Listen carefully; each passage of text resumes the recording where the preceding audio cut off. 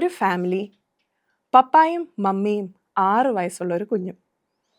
എന്നെ കാണാൻ വന്നപ്പോൾ അവരുടെ മേജർ കൺസേൺ ഈ കുഞ്ഞ് 6 വയസ്സായിട്ടും സംസാരിക്കുന്നില്ല. നമ്മൾ സ്വാഭാവികമായിട്ടും ചോദിക്കും, എന്തുകൊണ്ട് 6 വയസ്സ് വരെ താമസിപ്പിച്ചു?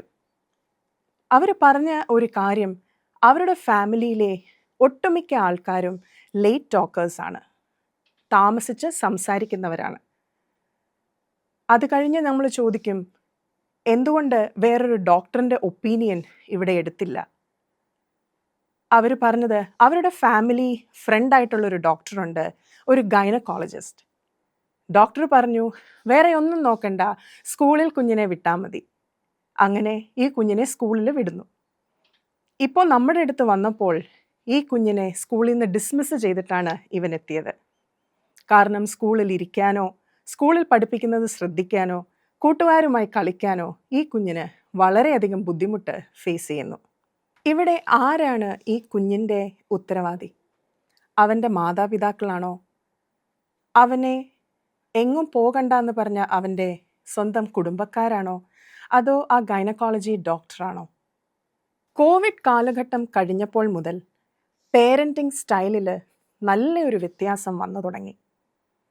ഈ പുതിയ തലമുറയിലെ പേരൻസ്, അപ്പനും അമ്മയും 2 പേരും ജോലിക്കാരായതിനു ശേഷം നമുക്കറിയാം, കൂടുതലും കോവിഡ് ടൈമിൽ വർക്ക് ഫ്രം ഹോം ഓപ്ഷനും സ്റ്റാർട്ടായി. അങ്ങനെയുള്ള അവസ്ഥയിൽ ഇവർ വീട്ടിലിരുന്ന് ജോലി ചെയ്യുന്ന സമയം ഈ കുഞ്ഞുങ്ങൾ എങ്ങനെയാണ് അവരുടെ സമയം സ്പെൻഡ് ചെയ്യുന്നത്? തങ്ങളുടെ ജോലി ഒരു ശല്യവും കൂടാതെ അവർക്ക് കണ്ടിന്യൂ ചെയ്യാൻ കുഞ്ഞുങ്ങൾക്ക് ഈസി ആയിട്ടുള്ള ഒരു ഓപ്ഷൻ കൊടുത്തതാണ് സ്ക്രീൻ ടൈം. സ്ക്രീൻ ടൈമിൽ വരുന്നതാണ് ഫോൺ, ടാബ്, TV എന്നിവയുടെ യൂസ്. ഈ ഫോണും TVയും ടാബും കണ്ടിന്യൂസ് ആയി കുഞ്ഞുങ്ങൾ യൂസ് ചെയ്യാൻ തുടങ്ങി. രാവിലെ എഴുന്നേൽക്കുമ്പോൾ മുതൽ രാത്രി കിടക്കുന്നിടം വരെ ഇതിൻ്റെ മുൻപിൽ ഇല്ലേ അവൻ ഇഷ്ടമുള്ളത് കണ്ട് ഈ കുഞ്ഞ് അവൻ്റെ സമയം ചെലവഴിക്കാൻ തുടങ്ങി.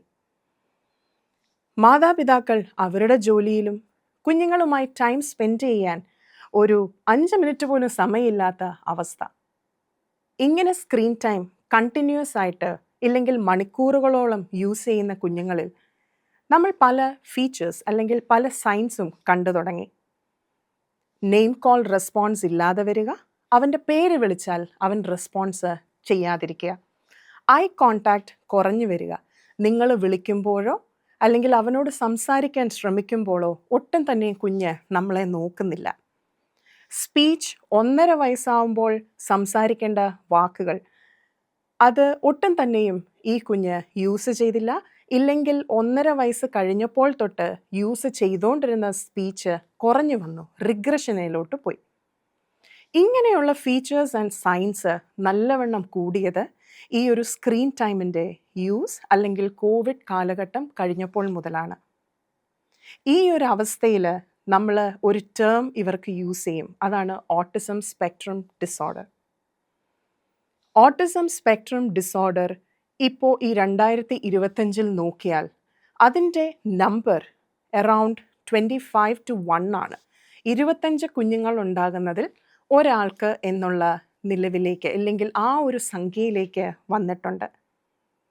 സ്ക്രീൻ ടൈം തന്നെയാണോ ഇതിൻ്റെ കാരണം?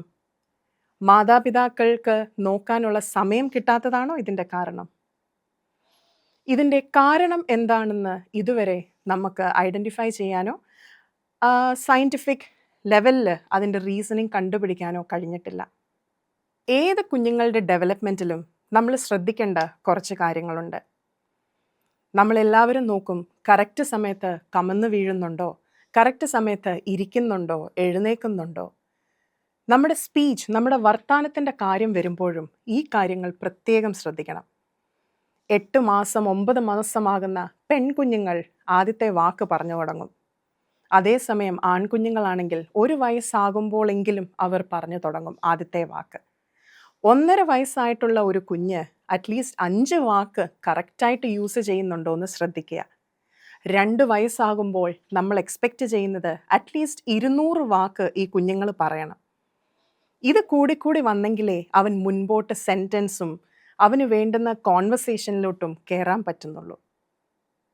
പ്രത്യേകമായി ശ്രദ്ധിക്കുക, ഈ ഒരു ലെവൽ, ഈ ഒരു ക്വാണ്ടിറ്റിയിൽ സ്പീച്ച് കയറുന്നില്ല എങ്കിൽ നിങ്ങളൊരു സ്പീച്ച് ലാംഗ്വേജ് തെറപ്പിസ്റ്റിനെ ഉറപ്പായിട്ടും കാണണം. നമ്മൾ ആദ്യമേ പറഞ്ഞതുപോലെ ഒരു ഗൈനക്കോളജിസ്റ്റിനോ വേറെ ഏത് ഫീൽഡിലുള്ള ഡോക്ടറിനോ നമുക്കറിയാം, അവർക്ക് അവരുടേതായിട്ടുള്ള സ്പെസിഫിക്കേഷൻസ് ഉണ്ട്.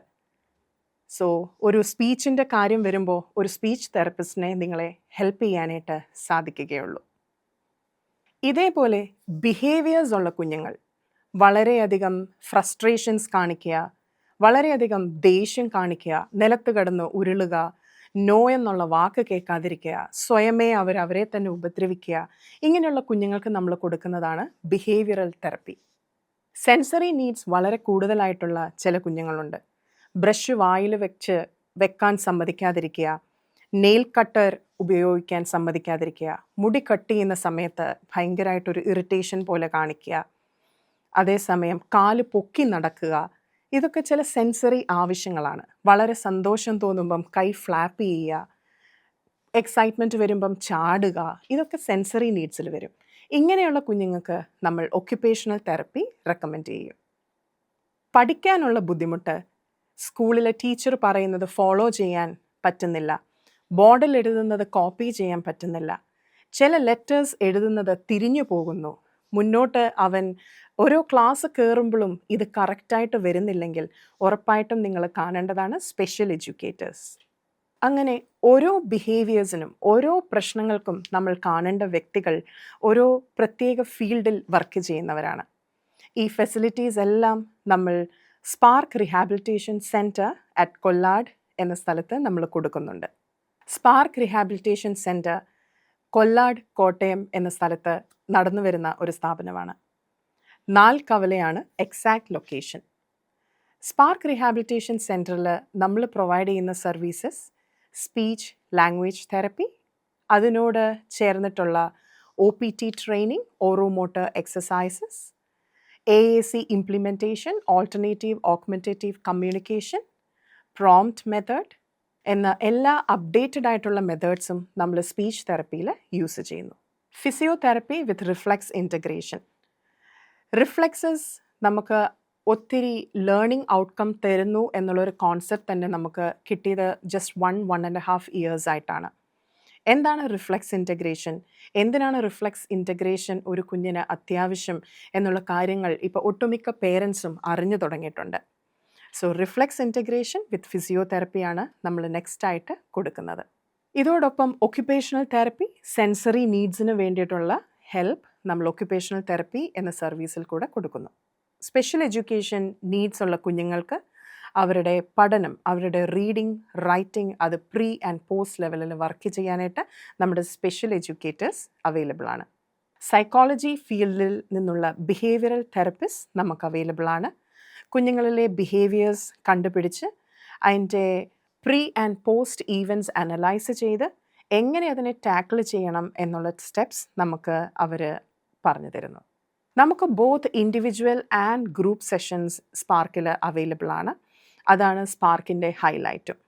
സോ ഇൻഡിവിജ്വൽ സെഷൻസ് നമുക്ക് മോർണിംഗ് ത്രൂ ഈവനിങ് 9 to 5 എന്നുള്ള ടൈമിൽ റൺ ചെയ്യുന്നു.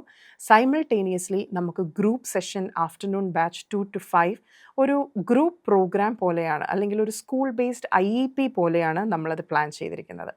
സോ അപ്പോൾ ഡിയർ പേരൻസ്, ദയവായി ശ്രദ്ധിക്കുക, കുഞ്ഞുങ്ങളുടെ സ്പീച്ചിൻ്റെ ഡെവലപ്മെൻറ്റ് പ്രത്യേകം ശ്രദ്ധിക്കുക.